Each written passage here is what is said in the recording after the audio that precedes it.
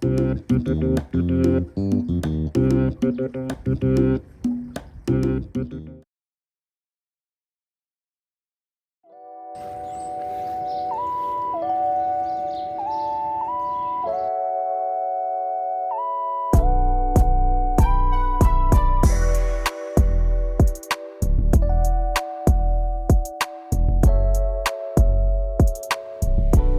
friends, welcome to my garden. My name's Carol and my channel's called Just Keep Blooming. If this is your first time joining us, thank you so much for stopping by. If you've seen our videos before, welcome back, and I can't wait to show you everything that's going on. This is going to be part 2 of week 10 in our garden. We did not do an intro. We were not able to do a garden tour for week 9 because there was so much rain. And because so much is blooming and so much is going on, I did not want to have a very long video. So I decided to put it into 2. And this is part 2, the second half of our garden, and I hope you enjoy. So let's go look at the garden.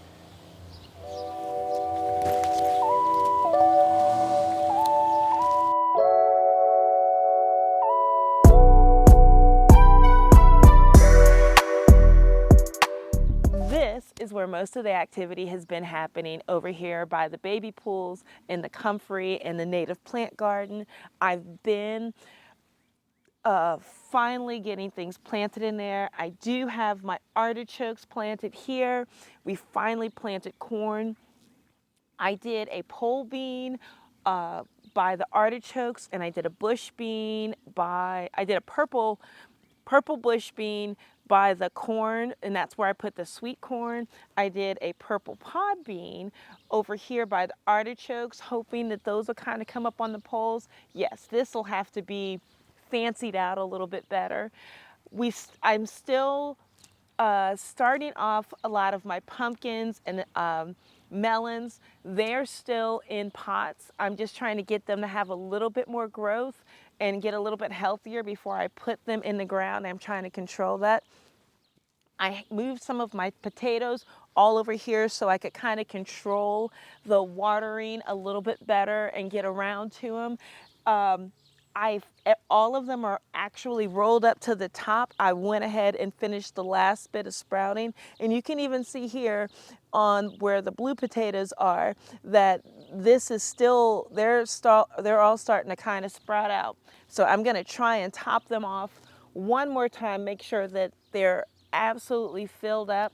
But so far, it's been a successful potato year.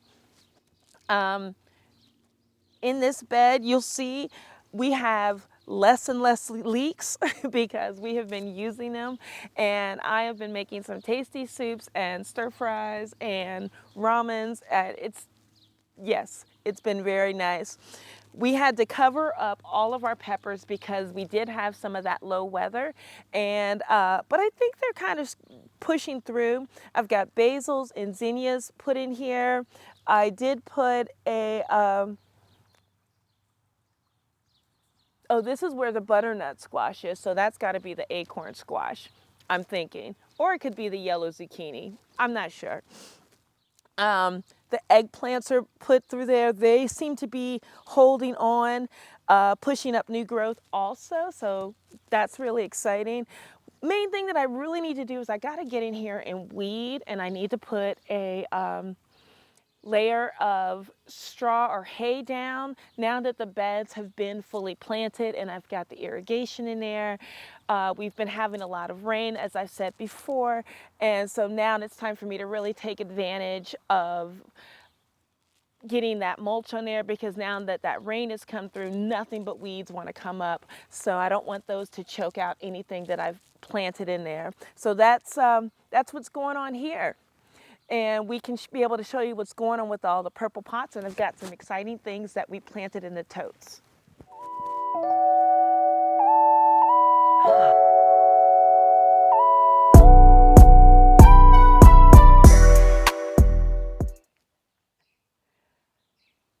Ta-da! I finally finally got my totes together. And yes, I did end up doing 3 totes here. Originally I had 2, but as things go, I planted my red corn. I did dragon bush beans along with those.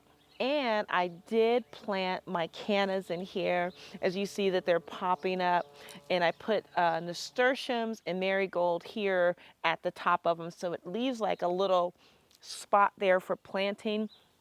I have some white scallop and some scallop what is those? The squashes, like the little patty pan squashes that don't bush out super huge, but I think that they might be nice in here. So we're going to try to put those in there. Kind of at the tops of the keyholes, I have my celery here. You can see that finally, with all the rain, and with all the rain, finally my sweet peas are starting to are finally making a run for it. I don't care if they go along the fence line. You have here where we have potted our sweet potatoes, and now they're starting to kind of trellis up through here. As I see 2 on here, like I said, I only had 2 really good starters for sweet potatoes. It's not too late for me to start another round of them. I just have to find, I've got some started in the greenhouse. And so once those get a little bit better, I'm going to try to get another round so I can get some more sweet potatoes before the last frost. So fingers crossed. We've got this curly lettuce bed that I have here is all volunteer. So that's been just wonderful. I have another little space here that I've put spinach in, and with that spinach, it's doing okay. Again, I don't know if it's the variety of spinach that I'm using. I think it's the Bloomsdale. That's the variety, but it's just not found its place in any spot in my garden. But that's why they have like 13 varieties of spinach, and that's why I love Swiss chard, because I still get that spinach life without having that spinach problem. I've got one of my kiri squash that's going to be coming up through on this trellis here. And then I just have some perennials that are just kind of a form of salvia that will be spiking up through there, and they have like these beautiful purple flowers. And of course, this has been my volunteer, this is where I've been putting on my volunteer fennel to be able to have a dedicated fennel bed. Instead of I've been pulling that out of my chamomile at an extraordinary amount. But we're just kind of rolling with it. Mother Nature wants me to have fennel, so I'm just trying to roll with that blessing. And behind me, we have our turnip bed. I've been pulling out turnips little bit by little bit. I've made, and trying to just come up with different ways to have turnips. Roasted turnips. I made a really good brothy soup with it, especially when we had that cold weather. You can see in all of these black pots, I have been doing my sunflower transplants. I'm so excited about the way that these sunflowers are starting to take off. It brings me so much joy, and it just makes me feel like, the garden, it's everything that I want to see. And this is where I'm doing my little cucumbers, starting those off so they can be nice and strong before I put them in the garden also.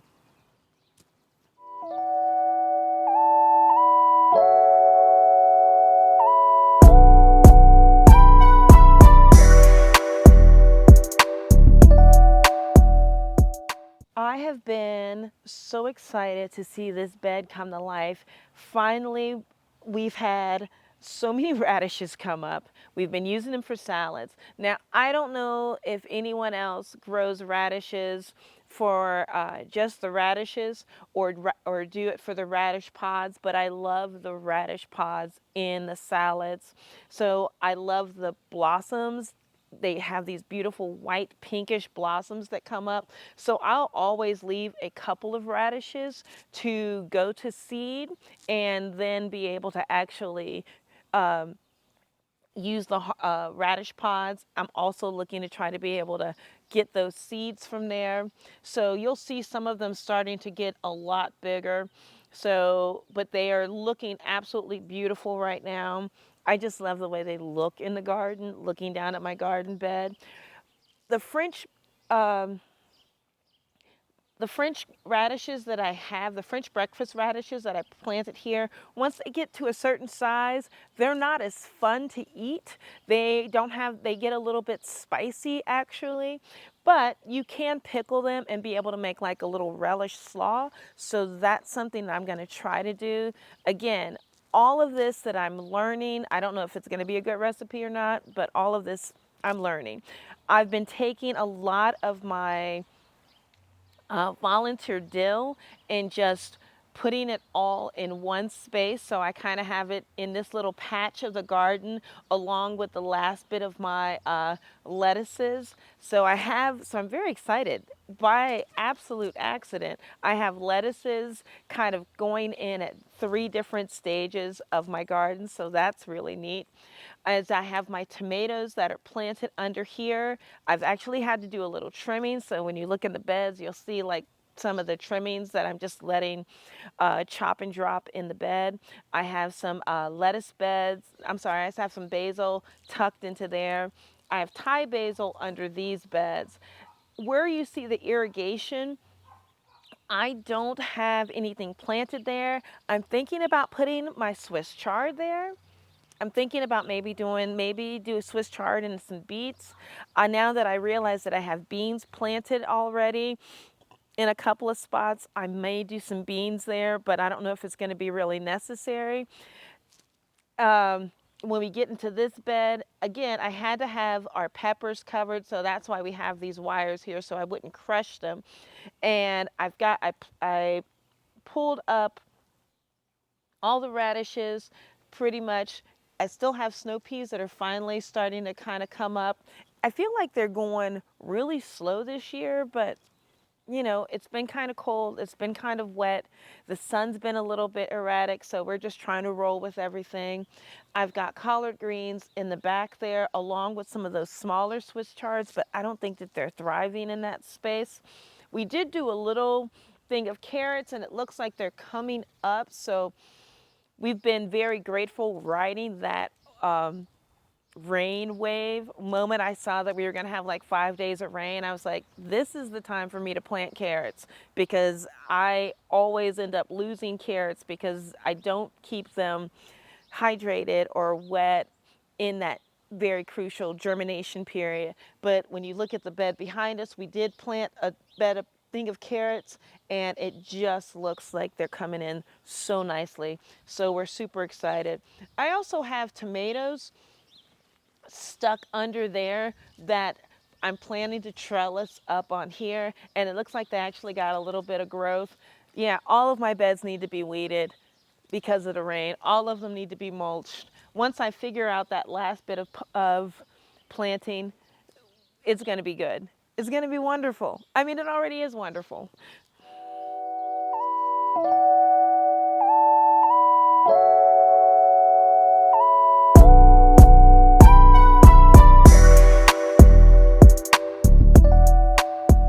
I mean, it's not going to be a garden tour unless we're talking about the lilac and just trying to get her to bloom and be able to celebrate when she goes into flower. She's still getting there. She's going to come at her own time. We're trusting the, universal timing on all things. I like when I'm going to give a shot of this view, because when I look at it, it brings me so much joy. It brings me so much happiness with all the green things and flowers pushing up and all of my shiny, sparkly little garden flair. It's a good feeling. I don't have much planted in this bed other than the carrots and tomatoes right now. I did try to start a little patch of tatsoi, not tatsoi, but holy basil, and I don't know if it's coming up. So I may have to look for another patch of it somewhere. I'm really trying to get all my basils and teas and things like that kind of in this area. But if it's not thriving here, I'm going to find a place in my garden for it to thrive. And yeah, I'm always kind of moving some things around.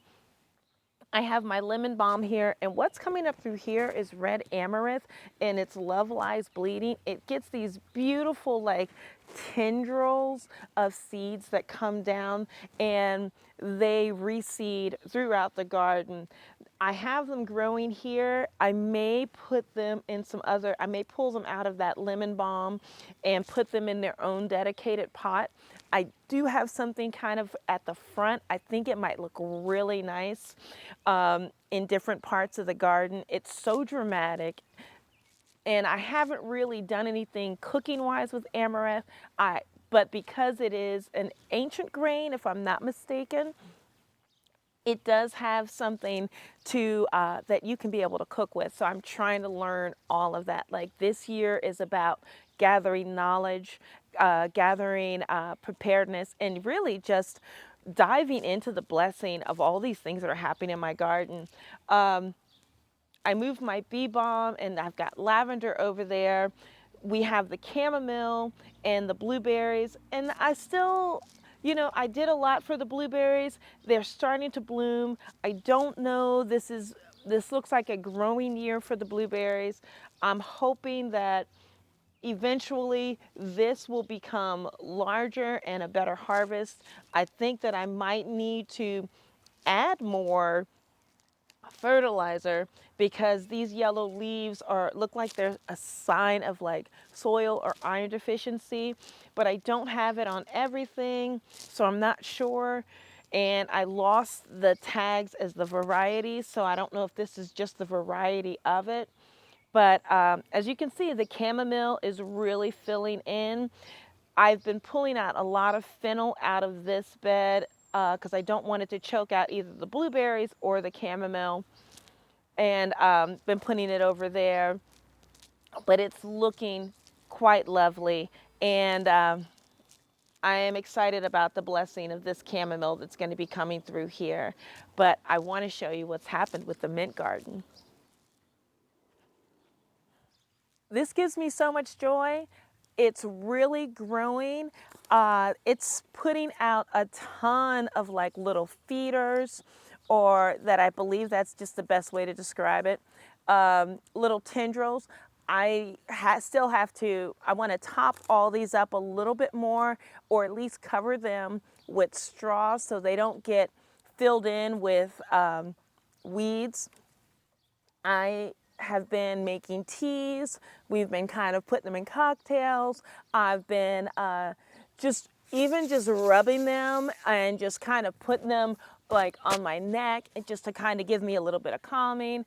And I've got the lemongrass here. I picked up some lemon verbena. That's my pineapple mint. This is the pot that I think I'm going to put the amaranth in and kind of have that growing up there and just have her be dramatic and have her be blossoming. But this has given me so much joy. Yes, this is my biggest recommendation. Start a mint garden, start an herb garden.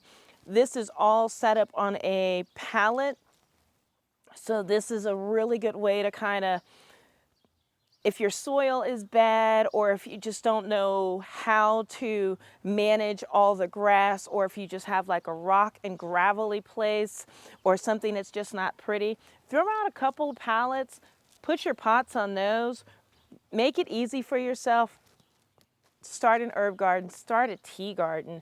This is going to give so much joy and so much tea and so much energy to us this year. I can't even, I don't have enough words to describe it.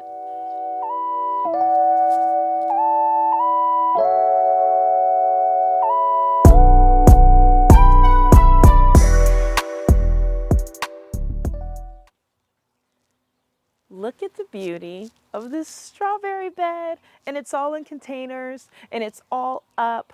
And we actually had 2 ripe strawberries. And I had someone make a comment when they were just like, when I did I posted on YouTube, like on the shorts, about like, our first strawberry is ready. And they kind of put out an observation of like, why aren't all the strawberries ready at once? Why does it all drip out? And you know what? That's what I want to ask too, because I cannot wait for this all to come in. And the best part about it is we are having free strawberry plants. So what's going to happen is, originally I was going to just put it back in the pot, but I saw Jess where she just put them in like little pots in the pots. Like I'll get like a little container, fill it with dirt, and I'll put it in the pot and let it thrive on its own, and then I can kind of choose where it wants to be, because this one is really thriving with strawberries. Oh, I'm going to get some pictures of the strawberries as they hang. Now, I do have to I want to, go through and weed it, and I want to top it up one more time with compost, and I want to top it with a lot of straw. So that way they're nice and protected and they're nice and fed. So they can be able to, keep throwing out strawberries. But yeah, this is really nice. I planted our blue corn over here, and at the back I have some butterfly peas. I'm hoping that they will thrive and be able to trellis up through here. I'm extremely excited about what might happen with these butterfly peas. I've just been looking at all the tea recipes and having that beautiful blue lemonade. Oh, I just want it so badly. But I only had 2 that came up. I'm hoping that this year they'll trellis up so we can be able to get them to where they're volunteers. I was hoping for ground cherries to volunteer this year. I've not yet seen any volunteers for ground cherries coming through, which is bizarre because you know how they are. But hopefully I've been on the watch for all of my volunteers, and then I can be able to nestle them in. I've got a couple of different ways to be able to do ground cherries this year. So if I can't get volunteers, I may be able to still have some friends that have some plants coming through. So that might be an opportunity. The honeysuckle is blooming as crazy. You see here some of our irrigation. We're getting all that taken care of. But yeah, strawberry season is coming through. It's going to be exciting.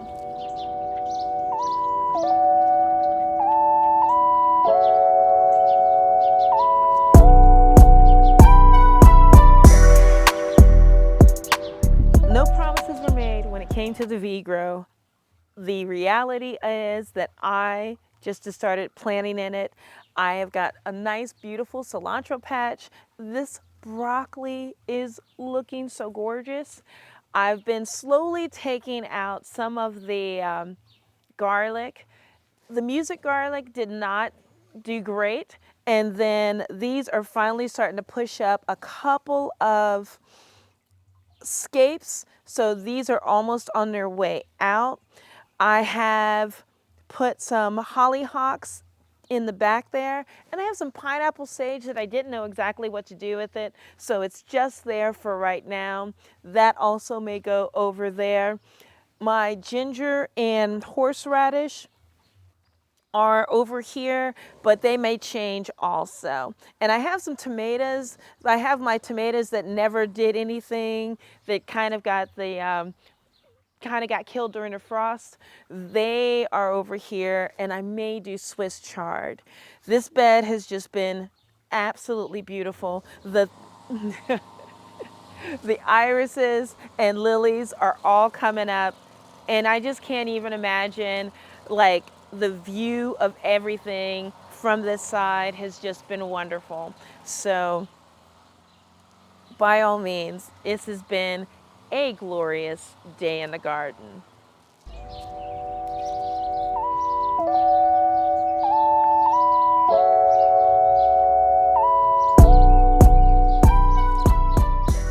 friends, thank you so much for joining me on part 2 of our garden walk. We have so much growing, and I am just looking, it makes me look forward to the next day just to be able to come out here and see all the green things, all the flowers, all the activity, all the birds. I hope that's something that stays with me through the winter. So that's why I love documenting these things, because when I go into that very cold winter blue state, this is absolutely sustaining. Look at all this color. Look at all these gifts. I am so excited about these strawberries and all these teas, and just the idea of taking in the knowledge of how to preserve and make this garden work, not just for growing food, but for preserving and sharing and just enjoying this space. I hope you're having as much fun in your garden space as I am. I know we're getting ready to come into the tough season with a lot of heat and a lot of the bugs, but it's days like this that make it worthwhile. So thank you for letting me share. Please take care and just keep blooming.